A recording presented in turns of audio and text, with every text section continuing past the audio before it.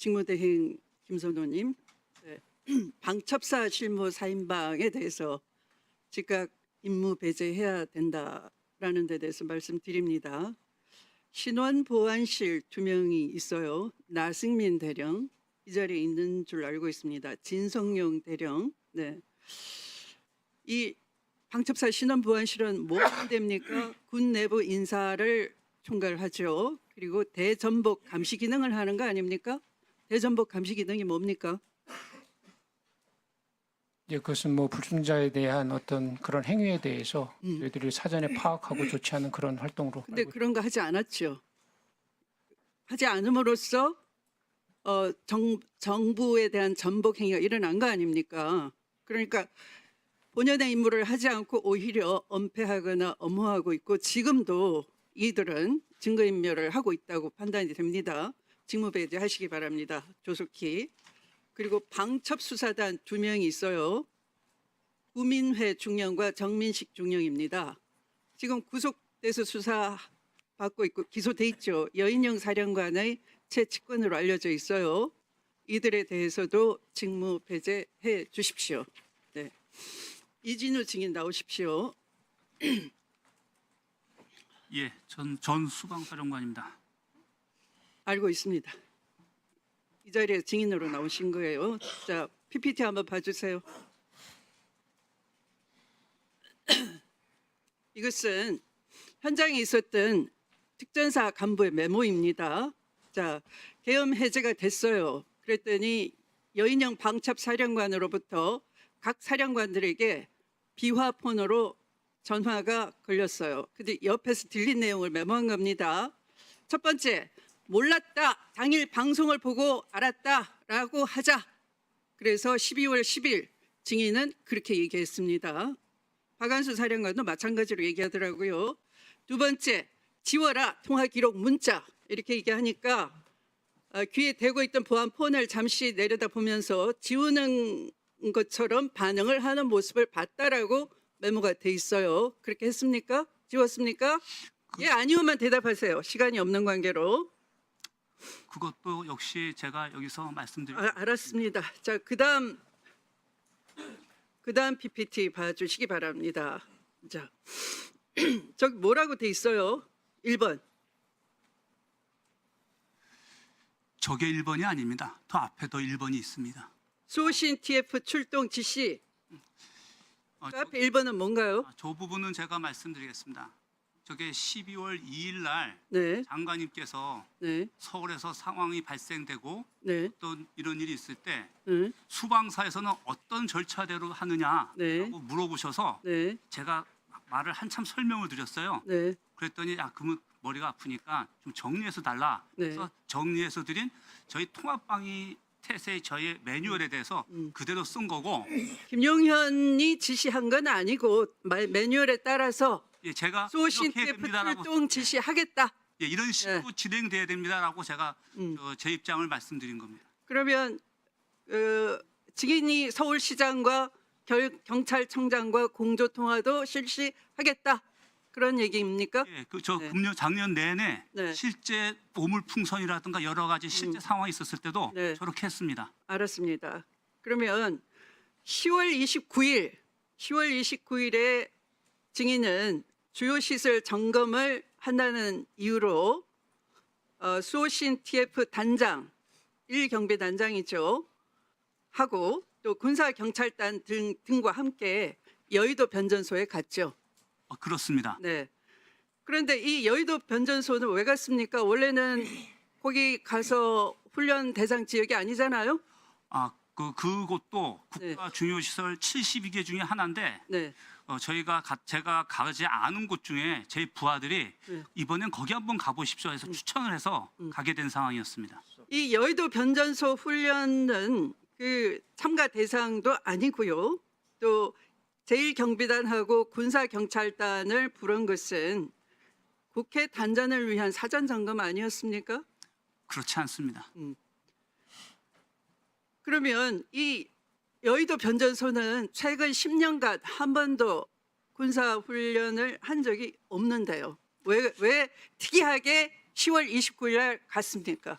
그래서 저도 제가 거기 가서 토의하다 보니까 변조소장님 말씀 들어보고 네. 제가 부하들한테 야 여기가 우리 서울시에 변전소가 이렇게 많은데 꼭 여기만 중요한 데가 아니구나 하고 제가 설명을 해주고 그래서 제가 그냥 예를 들어서 이런 그래서 물어봤죠. 여기 그 단전되면 어떻게 되냐 물어봤죠. 네, 물어봤습니다. 증인이 물어봤습니까? 그 토의하는 과정에 서로 질의응답식이었기 때문에 그렇게 됐습니다. 물어봤고 그다음에 답변이 뭐였어요? 답변은 거기가 되면은 서울에 특히 저 여의도 지역에 국가중요시설들이 많은데 거기서 많은 데가 전기가 차단됩니다. 위험합니다. 그런 얘기를 제가 들었습니다. 그리고 곧 우회 전기가 배급이 될 수 있다라고 했죠. 우회 선로가 가동이 된다고 했죠. 예, 그래서 이상 없습니다. 또 우회하는 방법이 네. 있고 또 얘기를 했었습니다. 네. 그런데 대통령은 이렇게 얘기했어요. 대통령은 대국민 담화에서 내가 정말로 비상계엄을 할 생각이었다면은 국회를 단수했지 않겠느냐. 그런데 그렇지 하지 않았다라고 얘기했는데 이미 사전 점검 결과 훈련을 핑계로 국회 단전은 의미가 없다라는 걸 이미 파악을 한 거죠. 그거는 제가 잘 모르겠습니다. 왜 그렇게 말씀하셨는지. 네, 자, 그런데 이 수호신 TF는 언제 만들었어요? 금년 2월부터 자, 2월에 왜 만들었습니까?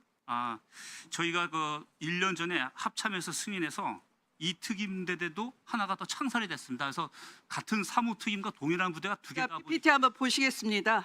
금년 2월에는 뭐가 있었어요? 명품백으로 대통령은 이렇게 얘기합니다. 박절하지 못해서 그랬다라고 합니다. 여론이 굉장히 악화됐고 정권 위기가 왔습니다. 이 수방사 수호신 TF 문건으로 남겨져 있지 않아요. 그렇죠? 지금 작게 다 돼 있습니다. 그것은 4월 이후 총선 지난 이후죠. 완성은 계속 검증했고 7월에 완성이 돼서 합참의 승인을 받았고 실제 11월 말에 작게 반영된 걸로 제가 알고 있습니다. 박종은 증인이 아까 10월 1일 무렵에 계엄 얘기 들었다라고 했는데 그 1분만 주시고 마무리하겠습니다. 네. 이번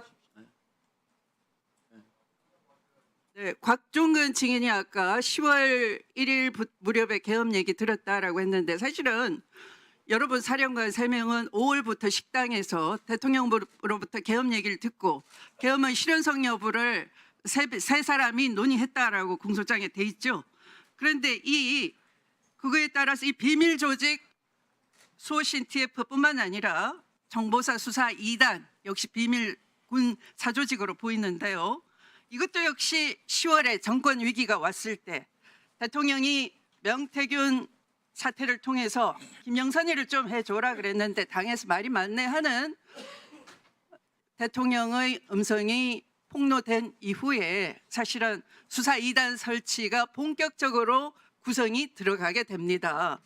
그러니까 이 수호신 TF 설치도 정권 위기 시에 마찬가지로 정보사 수사 2단 설치도 정권 위기 시에 미리 대통령 머릿속에 있는 여러분과 함께 실행해야 할 이 계엄을 위한 준비로 보인다라는 거죠.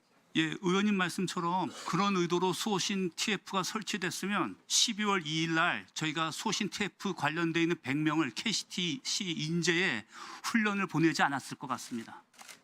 근데 저희가 그때 12월 2일 날 100명 넘은 저희 병력들 사무특임 100명이 인재 그 전술훈련 참가하러 보냈거든요. 그러면은 맞지가 않지 않습니까? 네, 정리해 주십시오. 네.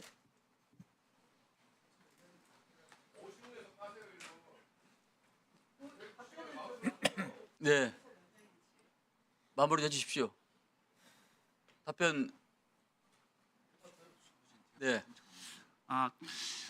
250여 명이 편성돼 있고 또 하나가 한 160명입니다. 근데 12월 2일 날 전체가 한 400명이 400여 명이 되는데 이제 100명은 자, 마무리해 주세요. 네, 그렇습니다. 네.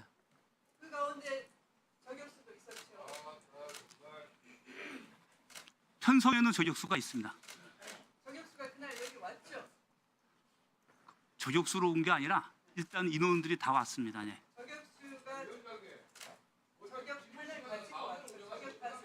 네, 예. 알겠습니다. 마무리해 주세요. 자, 말씀 잘해 주셨는데 저희 말씀은 정말 잘해 주셨는데 꼭 드리고 싶었던 말씀입니다. 저희는 그날 여기 제가 제일 먼저 와서 현장을 확인해 보니까 아니 예. 의원님들 답변을 하고 있는데